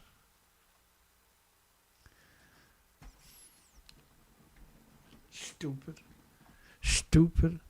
Nuclear is nothing but a curse. Every facet of it is nothing but a curse. Concerns about any contamination in the U.S. food supply have been dismissed, even though contamination is found in U.S. food supply by independent testing. And the Japanese Prime Minister from 2012 to 2013 ordered the addition of the following products of the group to produce products restricted from distribution into the markets. And these are all the stuff that were restricted from entering the markets from Japan, folks. Try wrapping your mind around what you're looking at.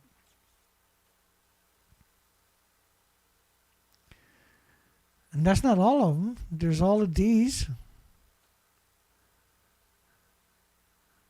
And there's all of, like, You don't want to buy anything from Japan. Cars, pencils, nothing. The marketing speak of UNSCEAR report on Fukushima. The marketing speak. Friday, much of the media reported a declaration that there was no health impacts from Fukushima. This is June the 4th, 2013. This wasn't even close to what was actually said in UNSCEAR press statement, while even more lies in the details and semantics of what was said.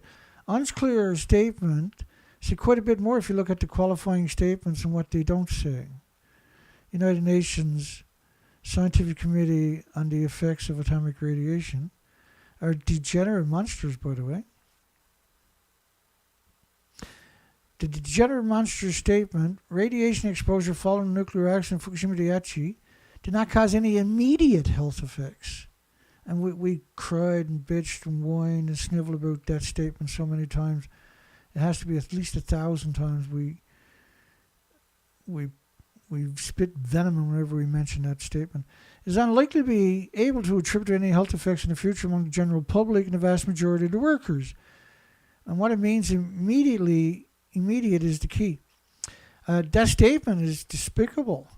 It's a despicable, hateful, genocidal statement. It's a murdering statement. The industry has no right to exist. Every one of these people should be in jail for the rest of their lives.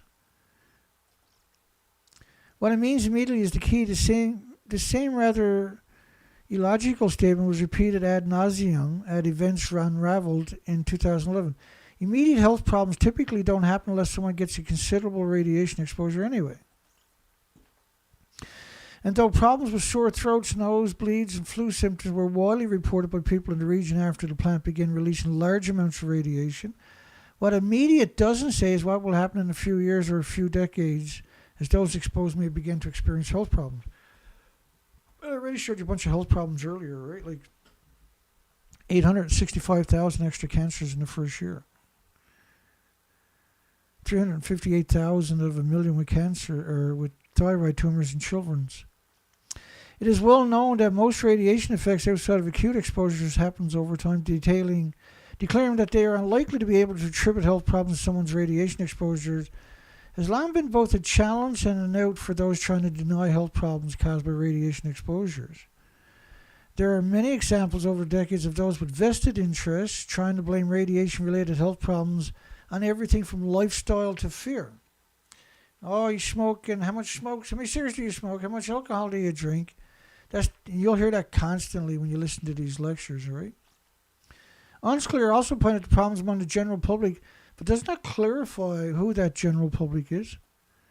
Is it just the people exposed? What about all the insects and birds and mammals and animals that disappeared?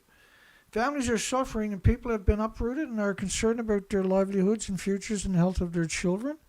It is these issues that will be long-lasting fallout of the accidents. No, there's heart, liver, lung, respiratory, pituitary, thyroid, adrenaline. There's endless issues. UNSCEAR could not come out and make such an outlandish claim without trying to water it down by omitting the need for long-term health monitoring. By them, of course. On the whole, the exposure to the Japanese population was low or very low, leading to correspondingly low risk of health effects later in life. These are simply dishonest, is the polite way to say it. Criminal is the better way to describe it. The doses delivered from the two most significant radionuclides were quite different. The most significant is the curium, and there's many different curium isotopes, and they're the biggest byproduct of the radiated fuel rod. That's why we call a nuclear meltdown a curium. And the curium isotopes kills all the animals in all the studies, same as the plutonium. And with the plutonium, all the animals will have 3 tumors typically at the one time, right? The liver, the lung, and the skeleton. And 80+% will die from the skeleton tumors. And for children and animals and mammals and small creatures and birds and that, you're talking about mutated stem cells too. And so you're going to sterilize the species in increments over a few generations. And that's what we've seen happen now, right? Post-Fukushima.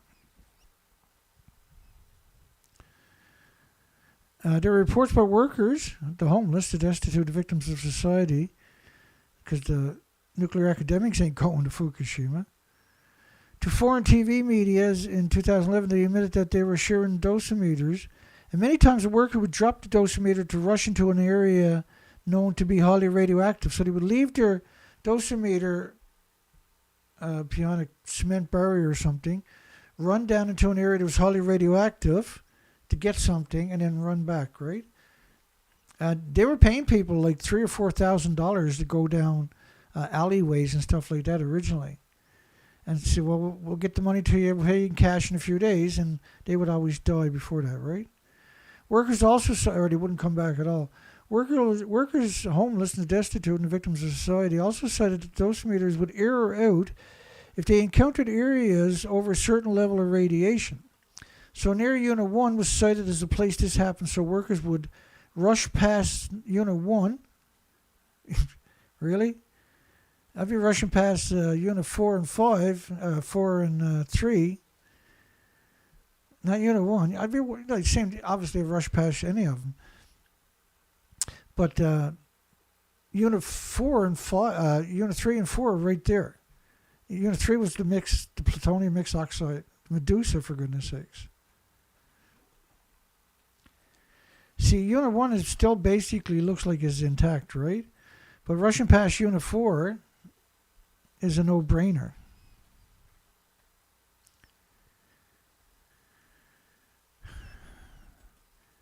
Let me bring up Unit 3 and 4, actually. So, Unit 1, had a Kevlar sarcophagus put around it. It's not as scary as looking as the two Medusas, right? These error out issues mean some of the high exposures are not documented. Well, if you get a big dose to these things, they're broken. That's the end of their useful life. It's the same thing with a Geiger counter. You get a big dose, you got to send it back to the factory to be recalibrated if it can be, or it might even be too radioactive to ship anywhere. Workers also complain about body scanners running too fast and not scanning their entire body. These things are notoriously garbage. Like, you're talking about all these radioactive victims using these scanners. These scanners are going to break right away. You're talking about credible doses coming through.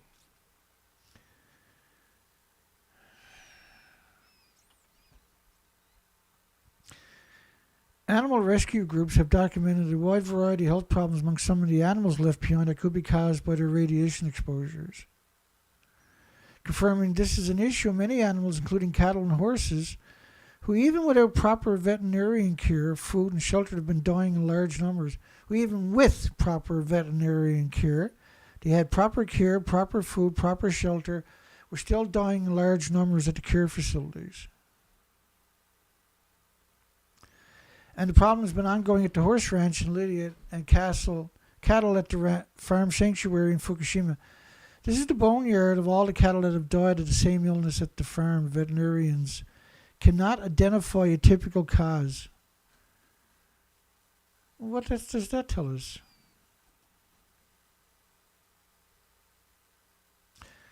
Fukushima farmers dead cattle and calves with Fukushima syndrome. The smell even comes to the bed. This is from Fukushima Diary. Unchained people giving up living, but the animals are fighting to survive in Fukushima. Chained and abandoned animals are yet struggling to live.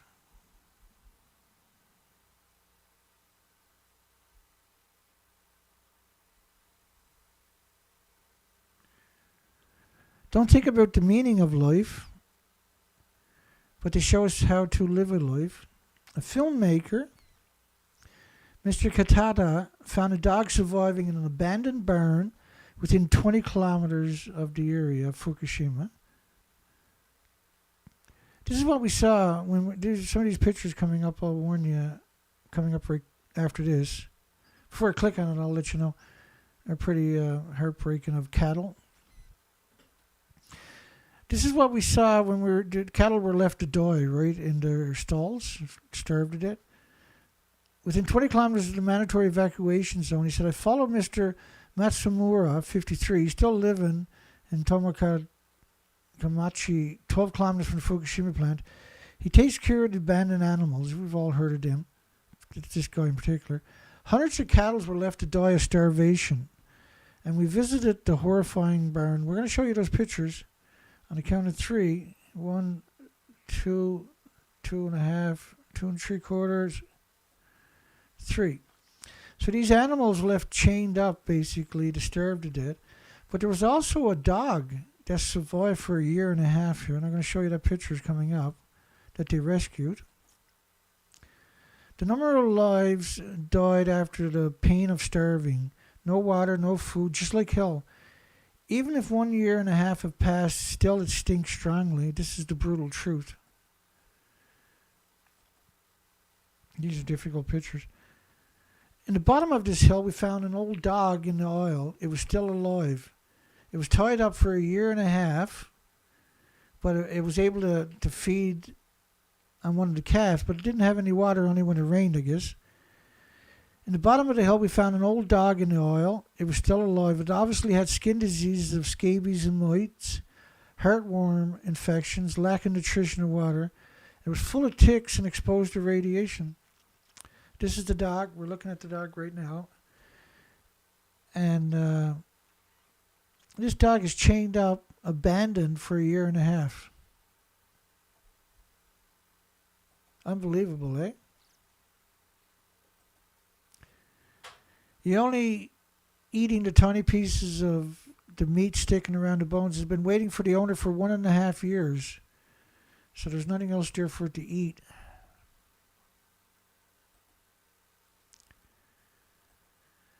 This is a miracle dog, Mr. Matsumura muttered to himself.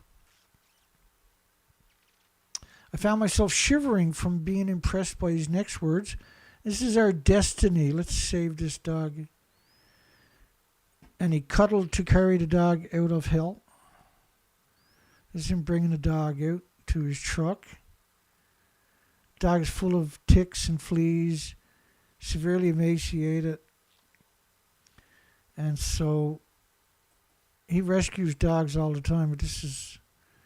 So he was calling all the veterinarian clinics, but there was no one, not like Tokyo, most weren't open on Sunday. After 2 hours of calling, he finally found one open quite a long ways away. They drove it over there. He's occupied to take care of the hundreds of cattle and cats. I feel bad for him, he says.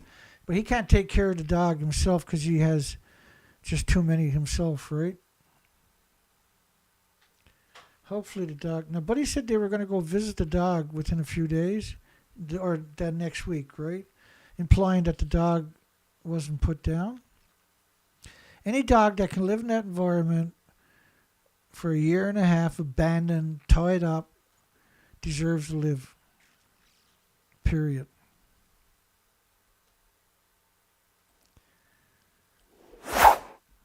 Like I said, there's incredible stories tonight, my goodness.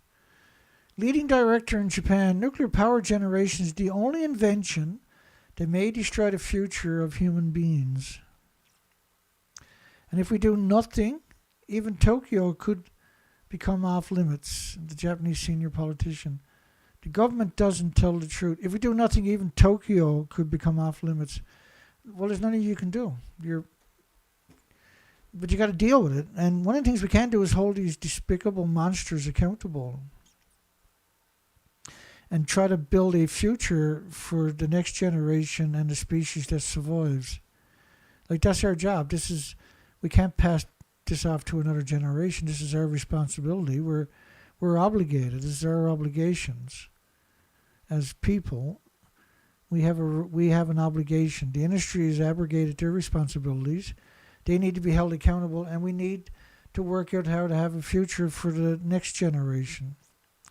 We may not be able to live in Japan someday. Radiation is going to be flowing out for a long time. Thank goodness they didn't use the word leaking, eh? Miko Kaku, a famous physicist from America, Human civilization may destroy itself. I mean, look at Fukushima. Liquefaction of 3 nuclear reactor cores. No, just 2 detonated and were ejected out of the buildings. The fuel pool exploded and burnt in number 1, and the reactor core, as far as I know, went deep into the earth. And Unit 2 burnt continuously for several days. And the fuel pool and the reactor core, was left of it, appeared to went deep into the earth in the proverbial China syndrome. Nobel Prize winner in NHK, which is the mouthpiece for Japan. The only way to preserve human life is to completely turn away from nuclear power.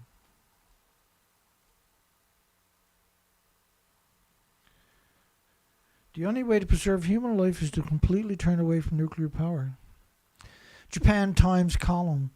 As the public, possibly worldwide, sickens over time, the truth will come out about Fukushima.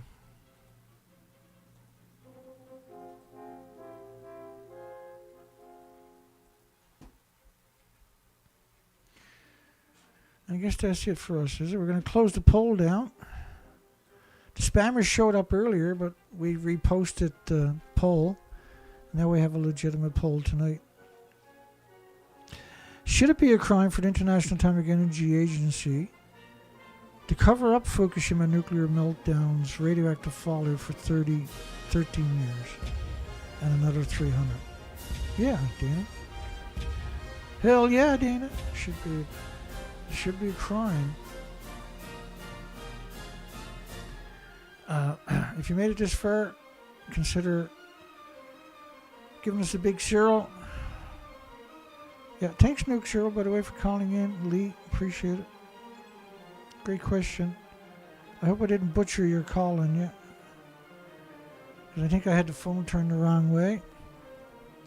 All my excitement because I thought I had the phone adapter working, but I was wrong. Such is the life. Such is the life. Looks good. So if you make it this far, don't forget to give us a thumbs up.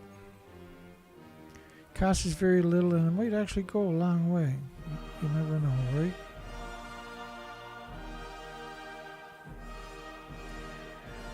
Bear with me here. I'll try to get back up into the mix right there. Okay, we'll see everybody tomorrow night. Have a great night, a great day tomorrow. Hugs for everybody. We'll see you soon enough. Take care, folks.